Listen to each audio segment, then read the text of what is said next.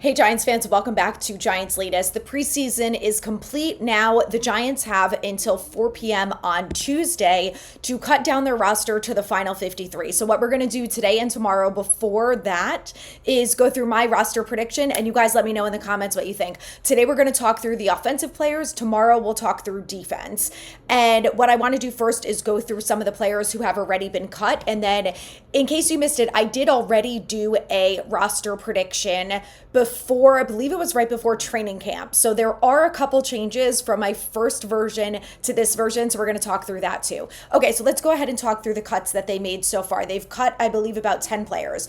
So wide receiver Jordan Bly, inside linebacker KJ Cloyd, cornerback O'Donnell Fortune, inside linebacker Deontay Johnson, center Jimmy Morrissey, wide receiver Zach Pascal, wide receiver Montrell Washington, and offensive lineman Jason Williams. Now that was the first iteration of cuts, and now they also made these following moves. So they terminated safety Kevon Wallace, and then they moved cornerback TJ Moore, who dealt with that gruesome leg injury, sadly, after his awesome pick six after the final preseason game. He is on the reserve injured list right now. So let's go ahead and talk through the roster now. Like I said, we're going to go through all of the offensive side of the ball, and I'm going to talk through what I kept the same versus what was different. So let's start with the quarterbacks. There's nothing different here. I have Russell Wilson, Jackson Dart, and Jameis Winston. Tommy DeVito, in my opinion, is going to be a practice squad guy. There are talkings amongst people in the building, supposedly, and the media that think that there are going to be teams who want Tommy DeVito, which is a possibility. Look, you've got players who during preseason had quarterbacks go down and whatnot. So then trade him. I don't care if it's a 7th round pick. Get something for Tommy DeVito instead of trying to weasel him through the practice squad if you think that he's not going to make it there. They better not keep 4 quarterbacks. There's just no reason for it. When I went through the roster and was looking at other positions, there are different positions where they should be keeping an extra player. And it should not be Tommy DeVito at quarterback. Excuse me. Look, Tommy DeVito had a good preseason. He did. He's won us a couple games, yes. But ultimately, he's not as good of a quarterback in this league as the other 3 quarterbacks that we have. And I just don't see the reason why at this point we should keep a 4th quarterback when there are other positions that we need. So we'll see what the Giants end up doing. I know you can argue this both ways. I just think that ultimately we've got our 3 quarterbacks. We don't need a 4th. The biggest question mark that I have from the quarterback perspective is this. When the final depth chart comes out before week 1, will Jackson Dart be number 2 or will Jameis Winston be number 2? Because throughout preseason and training camp, Jackson Dart has gotten all the reps with the 2s. But I think ultimately, if something happens with Russell Wilson or the Giants go 0-4, I don't think they're going to divert directly to Jackson Dart, which means that I think that Winston is going to be the 2 on the final depth chart, and then we'll see how the season goes. But I just think ultimately if something happens to Russ or they are looking god-awful, then they're going to go to Jameis first, at least for a couple games, and then we'll see Jackson. So I think that's the right move. Moving along to running backs. So I made a little change here and I ended up keeping 4 running backs, which I know people are going to be like, the Giants probably aren't going to do that. But, last year they kept 9 offensive linemen. When I did my prediction, I kept 10 offensive linemen. I also only have 4 inside linebackers because I didn't like who the Giants have as their 5th linebacker right now because one of the players got injured, one of them got released already. So, I think the roster is going to continue to evolve, right? Especially as guys get cut and they pick up other guys here and there. But for what I did right now, I think there's a possibility that the Giants keep 4 running backs. And you know who they are. It's Devin Singletary, Tyrone Tracy, Cameron Scattaboo, and Turbo Miller. Now, I think they could have kept 3 if they thought that Scat was going to start on PUP or IR or something. But because he was back at it and ready to go and played in the final preseason game, I don't think there's any question about whether or not Scat is going to be good to go for week 1, assuming hopefully that there's no setbacks from now until then.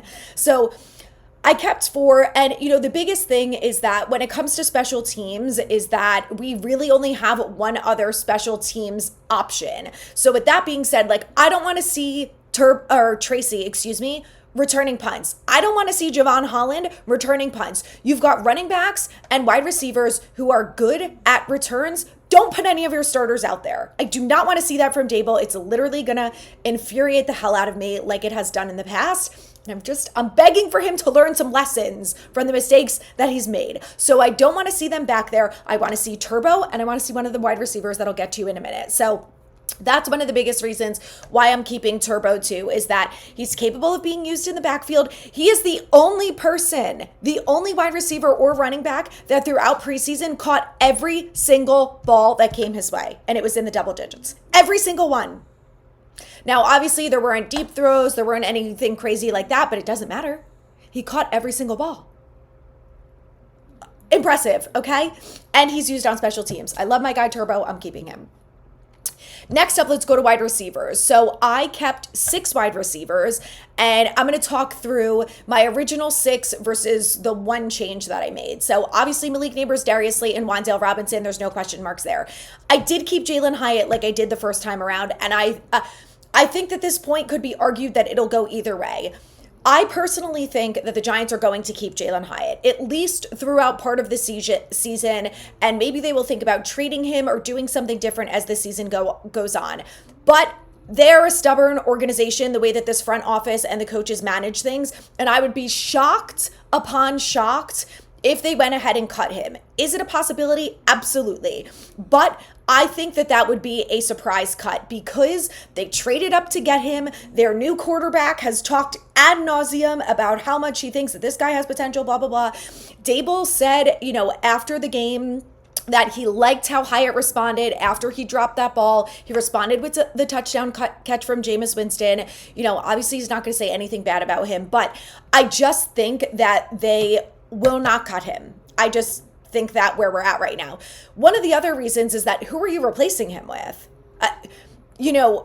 He's got the speed that a lot of other players don't have. They already cut Montrell Washington, and some of the other wide receivers that are available right now, like, are they going to bring in Gabe Davis? Are they going to bring in OBJ? If they bring in OBJ, sayonara Hyatt, like, give him number 13 back, we're good to go. That's fine. But I'm not so sure that that's happening. And Gabe Davis has already met with other teams. When these injuries start and these roster cuts come, I think Gabe Davis is probably going to get picked up real quickly. And I don't know if it's going to be by the Giants. So we're going to have to see how that plays out. But so anyway, I'm keeping Jalen Hyatt. I know some of you are probably going to hate that, but that's personally what I think the Giants are going to do, and mostly that's why I'm keeping him on here.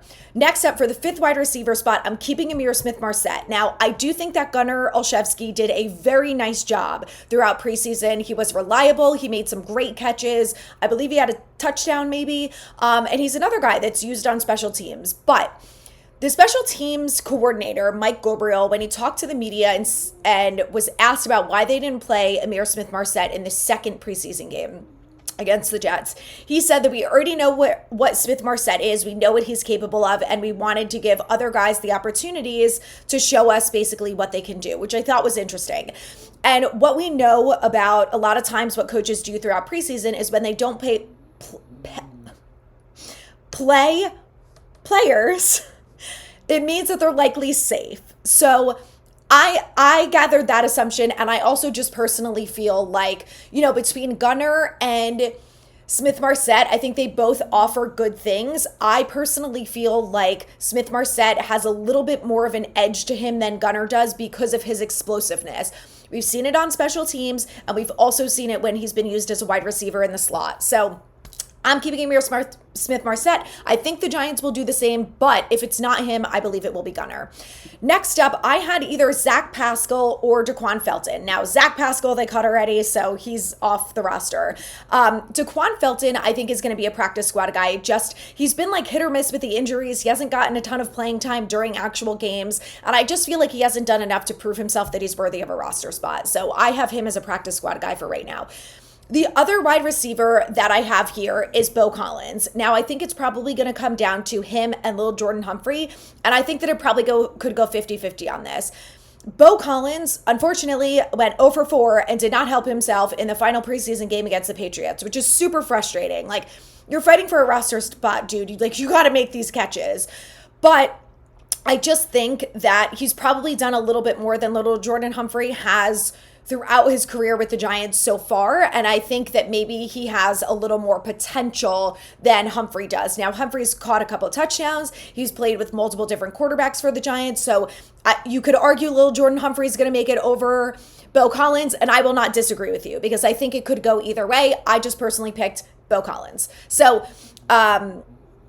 let's move along now to the tight ends because I do have a different change here too. So the tight ends that I had the first time around, Theo Johnson, Chris Manhertz, and Thomas Fidone. Now, again, based on what the Giants did, now I'm really thrown off by this because Theo Johnson, there's no ifs, ands, or buts. He is making the roster, and there's just no questions about it. Now, I originally felt that way about Chris Manhertz, but the more that I see of this tight end room, and I look at guys like Fidone, Bellinger, and even Greg Dulcich, they all have the passing capabilities that are, I think, slightly better than Manhertz, but they do have the blocking, which is not as good as Manhertz. But I think Manhertz is a bit more of a one-trick pony than some of the other guys. And I think if you're questioning your wide receiver room and you're not so sure that Jalen Hyatt is the most reliable and neither is Beau Collins or little Jordan Humphrey, then you need a tight end who you can rely on to catch the ball. So the change that I'm making is I'm actually cutting Chris Manhertz, which is kind of surprising to me, but I just feel like based on what I saw in preseason, it makes the most sense. So now who I have is I have Theo Johnson, Thomas Fidone, and I'm really torn on this between Bellinger and Dulcich. If I have to pick one, I would probably go Bellinger, and it's because he was healthy and he did not play during the final game, which makes me believe that he's safe, where we saw a lot of Dulcich and Fidone in the last game. Now, you could also say that they're probably going to ditch Fidone and they could take Dulcich. I feel like it's really a toss-up. I think they all played really well during preseason. I think they all proved that if they were on this roster, they could make plays and they would be an asset to this football team. I don't think any one of them completely stood out, was light years better than the rest of them. So I think it's a really, really tough choice to make. And if I'm this front, I don't envy this front office that they have to make this decision. And then the other question mark is who do you think you're going to pass through waivers? Now, I saw a really interesting tweet that said that there were 824 players who were cut over the weekend so far. So this was as of this morning. And only 2.82% of them have been picked up by new teams, which is nothing. So that also leads me to believe, well, maybe they think they can sneak either Dulcich or Fidone or Bellinger on the practice squad. So this is really tough. You guys let me know what you think about the tight ends. I'm keeping 3. I'm going with Theo Johnson, Bellinger, and Fidone. Although, like I said, I think Manhertz and Dulcich could all be in the rotation there. They could keep 4 and only keep 3 running backs. They could keep 4, 4, and 9 offensive linemen. I don't know. It's going to be very, very interesting to see what they end up doing. But with that being said, let's round it out here with the offensive linemen. And as I've gone through, I've kind of talked through some of the changes from what I did the first time around to what I did this time around. From the offensive line, I cannot believe I'm saying this. I only have one change. I have Andrew Thomas, James Hudson, Evan Neal, John Runyon, John Michael Schmitz, Aaron Stinney, Greg Van Roten, Jake Kubas, Jermaine Illuminor, and Marcus Bowe. Now, that was my first iteration. I kept 10 offensive linemen, which is what I think the Giants should probably do because you can never have too many offensive linemen, especially with this team.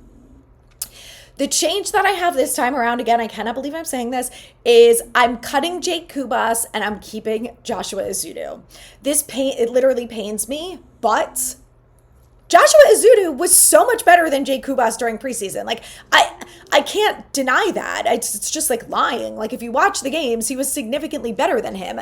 So I think you have to keep Ezeudu as a potential backup guard here. Again, scary, but it's the truth. Now, some other things that I want to highlight that I think this Giants team could do. If they believe that Marcus Bowe has played well enough at left tackle and right tackle, they could cut James Hudson. Now, the thing with James Hudson is they gave him a 2-year deal and guaranteed him a decent amount of money, kind of like what they did with Jameis Winston. So I don't think that they will cut James Hudson, but I'm throwing it out there because it could be a surprise cut or something like that. Someone else that I want to highlight. I personally kept Aaron Stinney because he has the guard center flexibility, but there is a possibility that they take Austin Schlottman as opposed to Stinney. So I think that's a position that could go either way too. It's going to be really interesting to see what happens. The Giants make their rosters by tomorrow at 4 p.m. I will have the defensive video up before then. And then on Wednesday, I'm going to go through the Giants official 53, what they have it as after cuts, and then we'll talk through the differences from theirs between mine. So stay tuned, a lot more Giants content coming your way.